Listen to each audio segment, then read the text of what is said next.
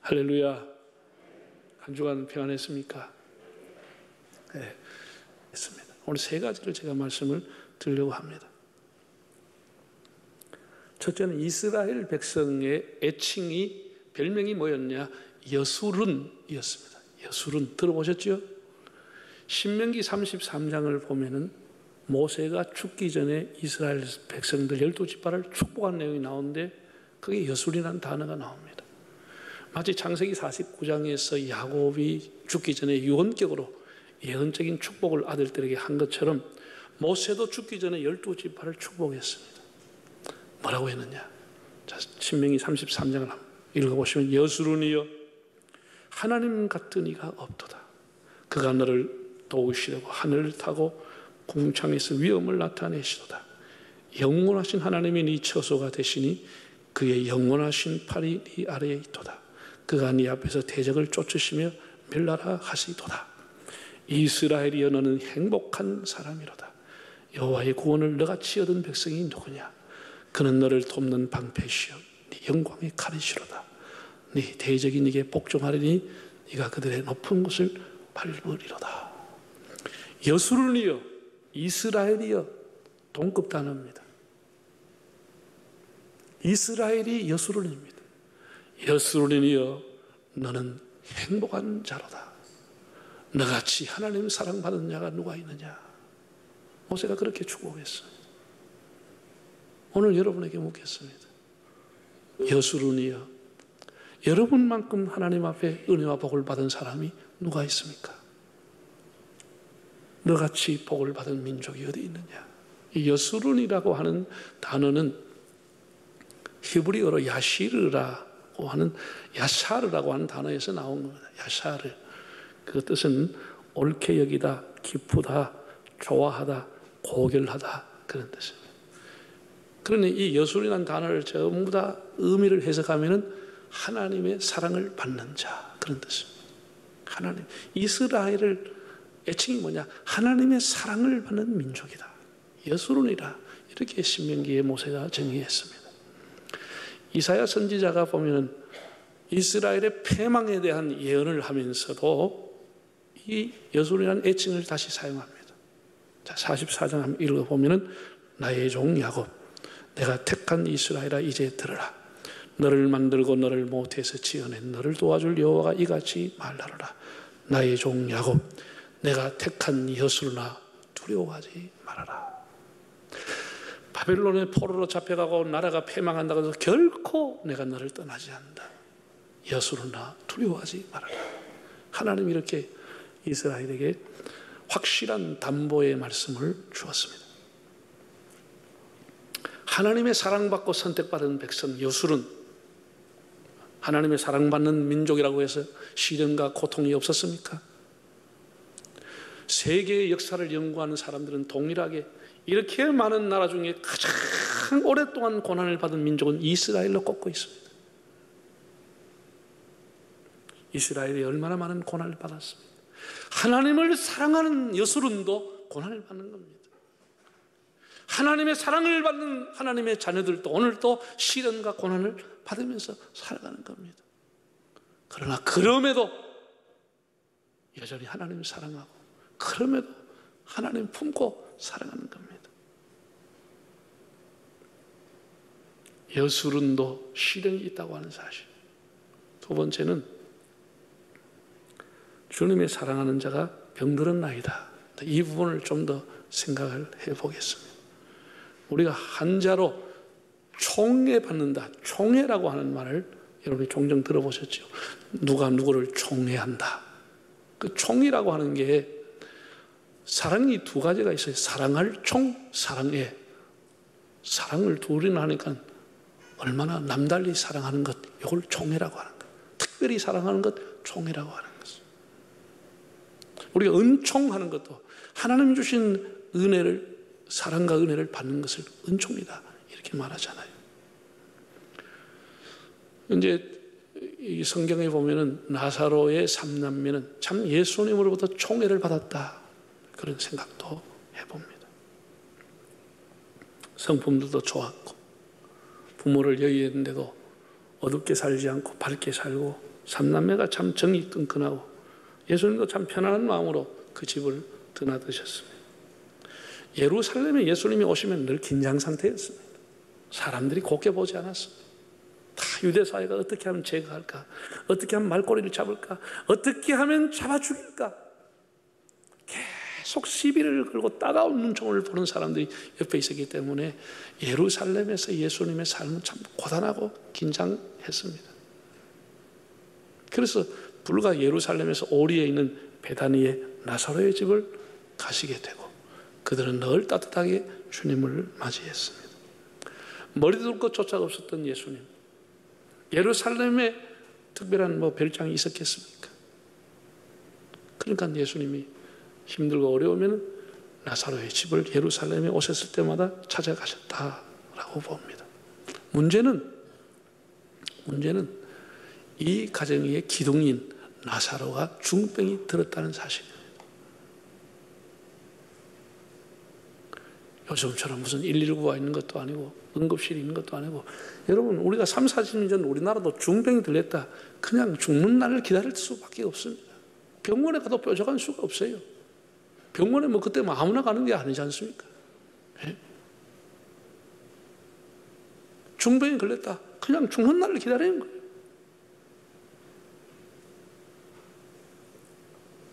그래서 사람을 급히 예수님이 계시는 요단강으로 보냈죠. 요단강 근처에서 예수님이 가셨으니까 급하게 사람을 보냈어요. 요단강에서 베다니까지 한 80km니까 여기서 대구 정도 될까? 예수님이 올 수 있는 거리예요. 그런데도 예수님은 종래 오시지 않았습니다. 결국은 기다리다가 나사로가 죽었어요. 나사로가 얼마나 애타게 예수님을 한번 손잡아 주기를 기다렸겠습니까?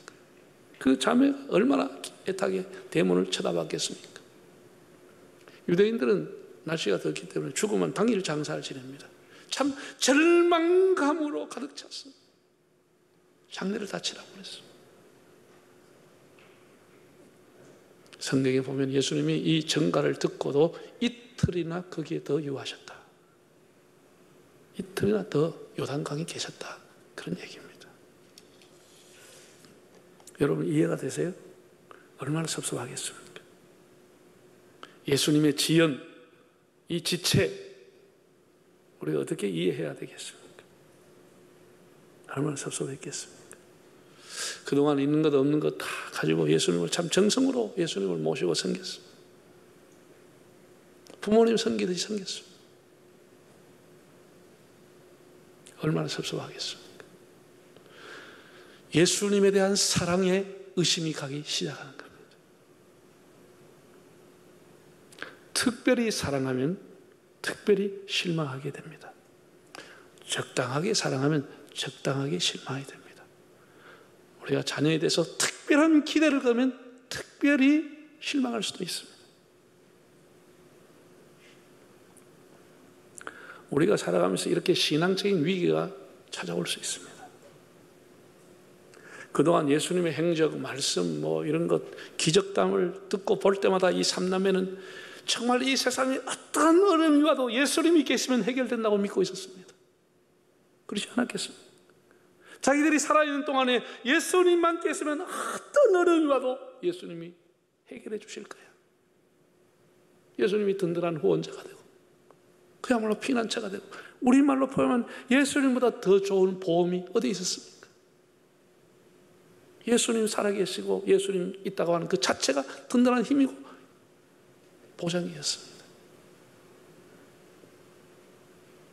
그런데 그 예수님이 오시지 않았어요. 사람이 죽었다는데도 장례식에도 안 왔습니다. 이게 말이 됩니까? 얼마나 기가 막혔어요. 예수님에 대한 사랑과 신뢰가 다 무너져가는 거예요. 뿌리채 흔들리는 거예요. 더구나 예수님의 말씀이 너무나 허망하게 들려지는 거예요. 예수님이 이렇게 말했습니다. 사람을 보냈더니 그 사람이 돌아와서 뭐라고 했냐? 이 병은 죽을 병이 아니고 하나님의 영광을 위한 병이다. 이렇게 얘기했어요. 죽을 병이 아니라고 했어요. 근데 죽어버렸어요. 하나님 영광은 그냥 죽어버렸어. 예수님의 말씀이 완전히 허무하고 허당이고 아무런 효과가 없는 거예요. 여러분, 예수님 말씀이 다 흔들려 버렸다니까. 우리가 신앙생활하는 게 예수님 말씀 믿고 살아가는 건데 예수님 말씀이 이제 마음에 다 사라져 버리는 거예요. 전부 허당이 된 거예요.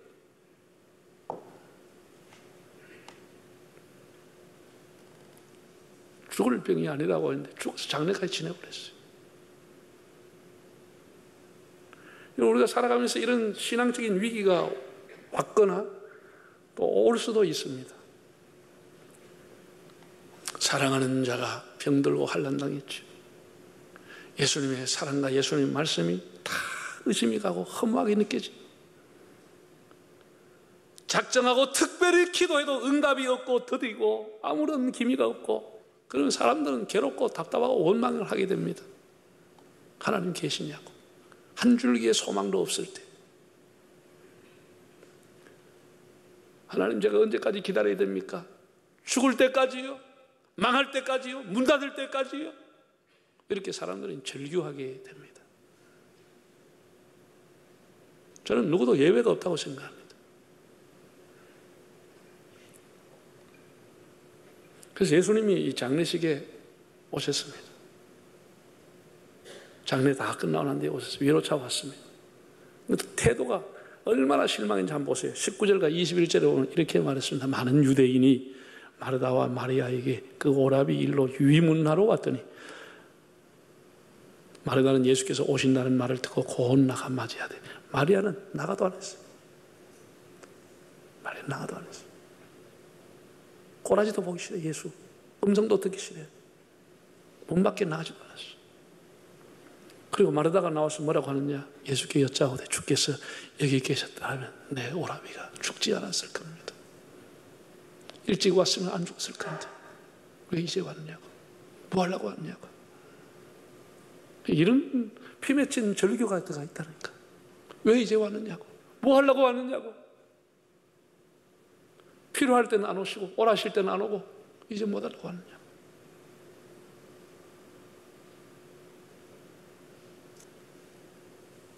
여러분, 우리가 살아가면서 중요한 것은 타이밍입니다. 사람을 위로해도 타이밍이 맞아야 되는 것이죠. 사람이 물에 빠졌으면 가서 건져야 되는데 다 죽고 난 뒤에 건지면 무슨 소용이 있습니까? 건지는 것도 살리는 것도 구하는 것도 남을 돕는 것도 타이밍이 필요합니다. 타이밍이 있어야 그 위로가 되고 사람을 살릴 수 있는 거죠. 예수님 지금 왔어요. 오기는 왔는데 뭐요? 장례까지 다 지내서 타이밍이 안 맞아. 안 맞아.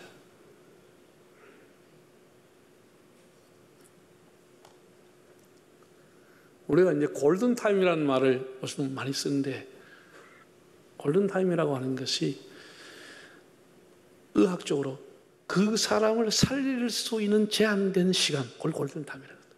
예를 들어 뇌경색이 왔다, 뇌출혈이 왔다, 그 사람을 살릴 수 있고 회복시킬 수 있는 시간이 있는 거예요. 지나면 반신불수 되어버리는 것이에요.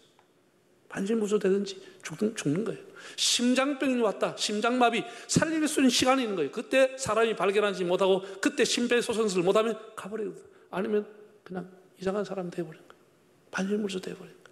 그걸 뭐라 그러냐, 살릴 수 있는 제한된 짧은 시간을 골든타임이라는 거죠. 예수님이 골든타임 다 놓쳐버리는 거죠.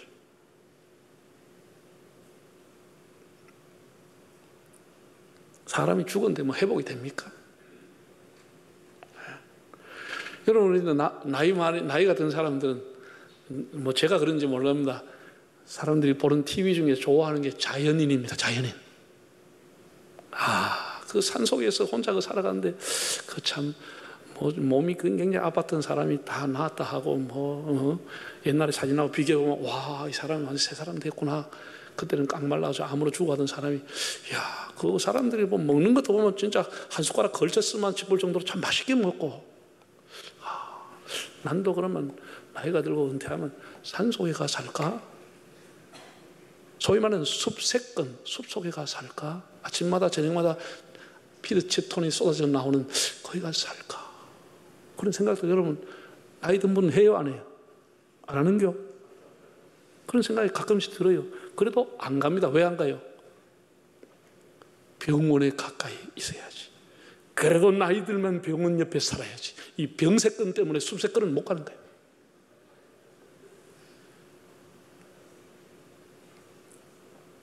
네. 왜 골든타임을 놓칠 수 있으니까. 우리가 사는데, 여러분 사는 지역에 큰 종합병원 들어오면 가만히 있어도 집값 3배, 4배 올라갑니다. 서로 살라 그래, 그게 병원 옆에. 근데 저 숲속에는 산 하나도 10년 가도 한 번도 아울러 오는 사람이 없어. 사는 사람 다 선호하지만 거기 안 살아. 왜? 골든타임 다 놓친다는 것이지.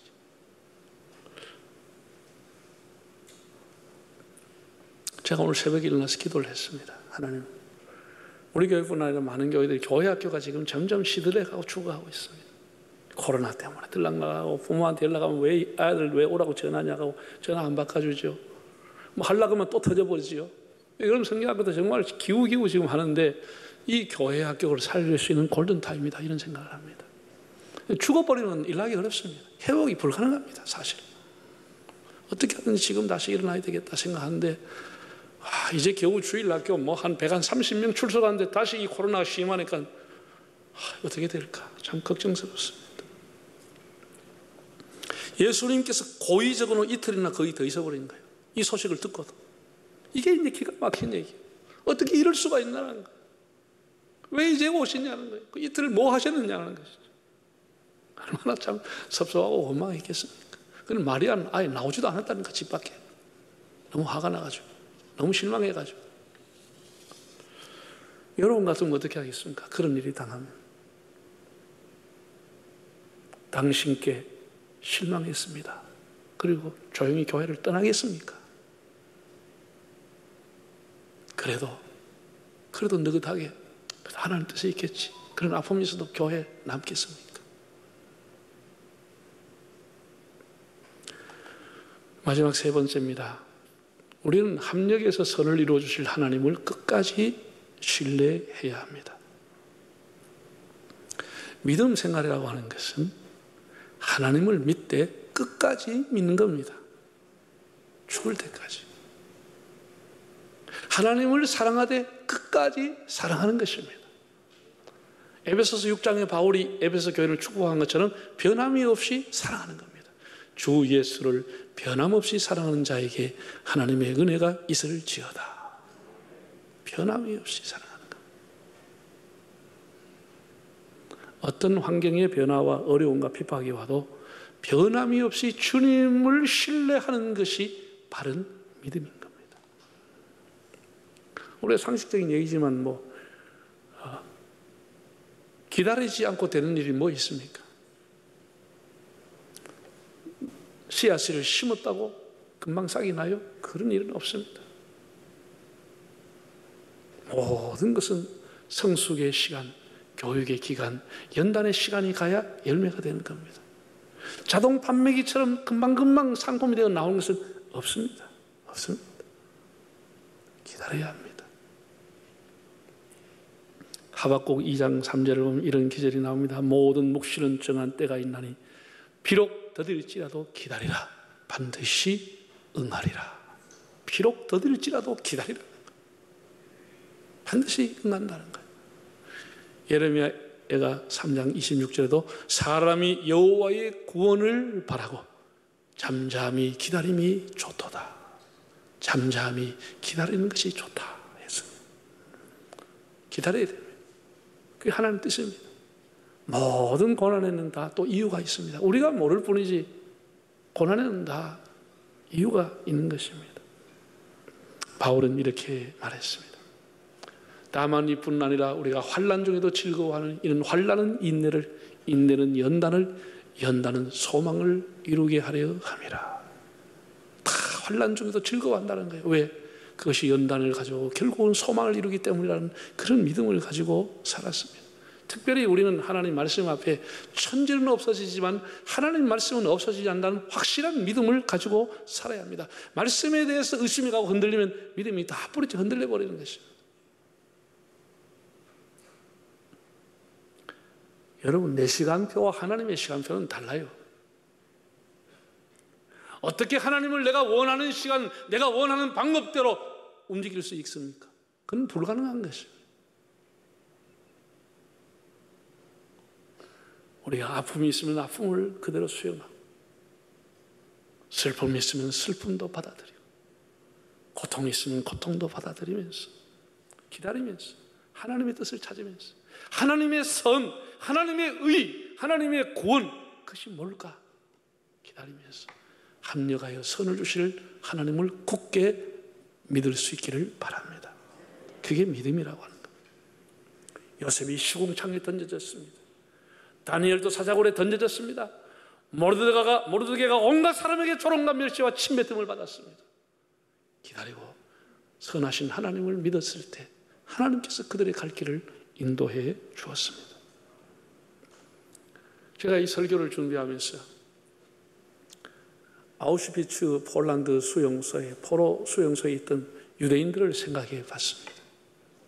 2차 대전 무렵에 전 세계에 흩어져 있는 유대인들이 약 900만 명이었다고 합니다.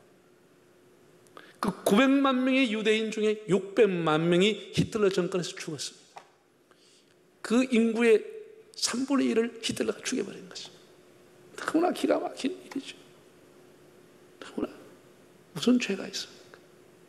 유대인이라고 하는 그것 때문에 가스실에서 소리 없이 죽어나왔습니다. 그들이 얼마나 절규했겠습니까? 아브라함의 하나님이 어디에 계시느냐? 야곱의 하나님은 어디에 계시느냐? 하나님 지금 살아계시느냐? 우리 아버지가 믿고 할아버지가 수천대 믿고 왔던 하나님이 과연 어디 계시느냐? 이렇게 자기 자식들이, 자기의 처가 그냥 끌려나가 다 죽는 거예요. 죽음의 열차를 타고 다 죽는 거예요. 하나님 어디에 얼마나 원망했겠어요? 하나님의 의와 하나님의 선이 어디에 있느냐? 모를 수 있었다고 봅니다. 그 생존자 중에 베르니 세이언이라고 하는 사람이 후에 이렇게 말했습니다. 하나님은 휴가 중이었고 외출 중이었다. 하나님 정말 휴가 갔습니까? 외출 갔습니까? 그러면서 위로를 받았다니까. 제가 이름이 기억 안 나는데 스위스에 간 의사 한 사람, 정신과 의사는 이렇게 그렇게 생존해서 이렇게 고백했습니다. 나는 먹구름이 모여와 태양이 눈에 보이지 않지만 태양이 있는 것을 믿는다.